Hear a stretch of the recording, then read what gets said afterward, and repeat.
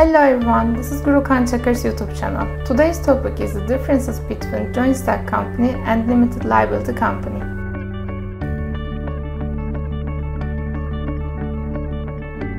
Turkish Commercial Code decreased the minimum number of shareholders for both the joint stock company and limited liability company to 1. So now a sole shareholder joint stock company as well as a sole shareholder limited liability company is possible under Turkish law.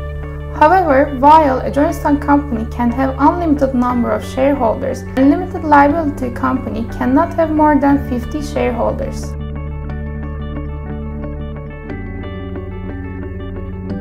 Limited liability company can only have a basic capital system.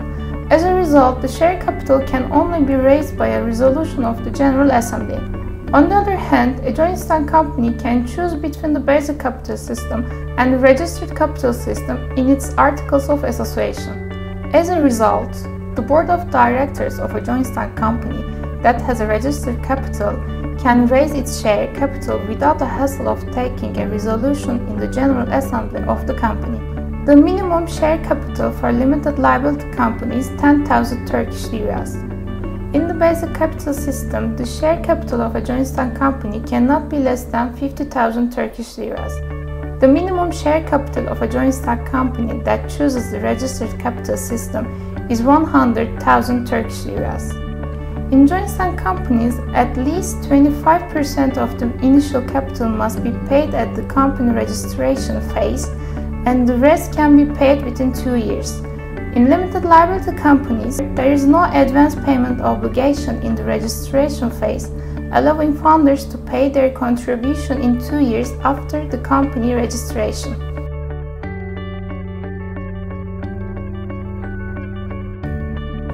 In order to do the transfer of the shares of a limited liability company, a share transfer agreement must be signed and notarized.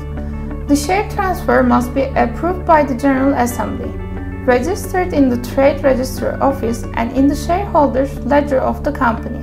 In joint stock companies, there is no need to notarize a share transfer agreement or register it in the Trade Register Office or shareholders' ledger or get approval of the General Assembly.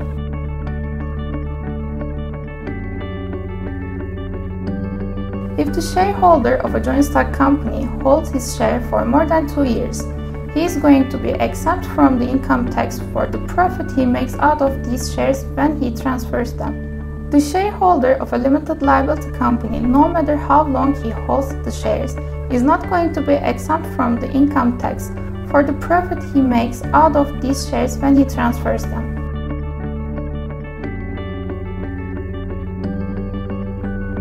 The shareholders of a limited liability company are personally liable for public debts. For the tax obligations of the company, the shareholders are responsible in proportion to their shares in the capital.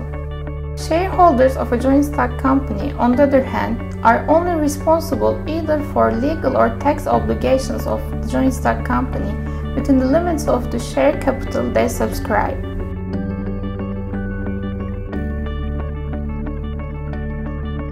A joint stock company can issue both equity and debt securities in order to raise finance.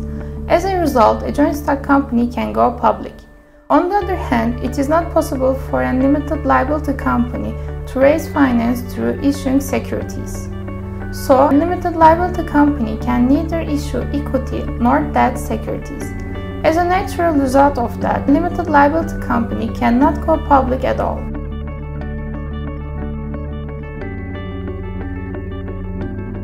Both types of companies have general assemblies where shareholders come together in ordinary and extraordinary meetings in order to take important decisions for the company. The day-to-day business operations of a limited liability company are managed by its directors. The managing body of a joint stock company responsible for running the business and routine operations of the company is its board of directors.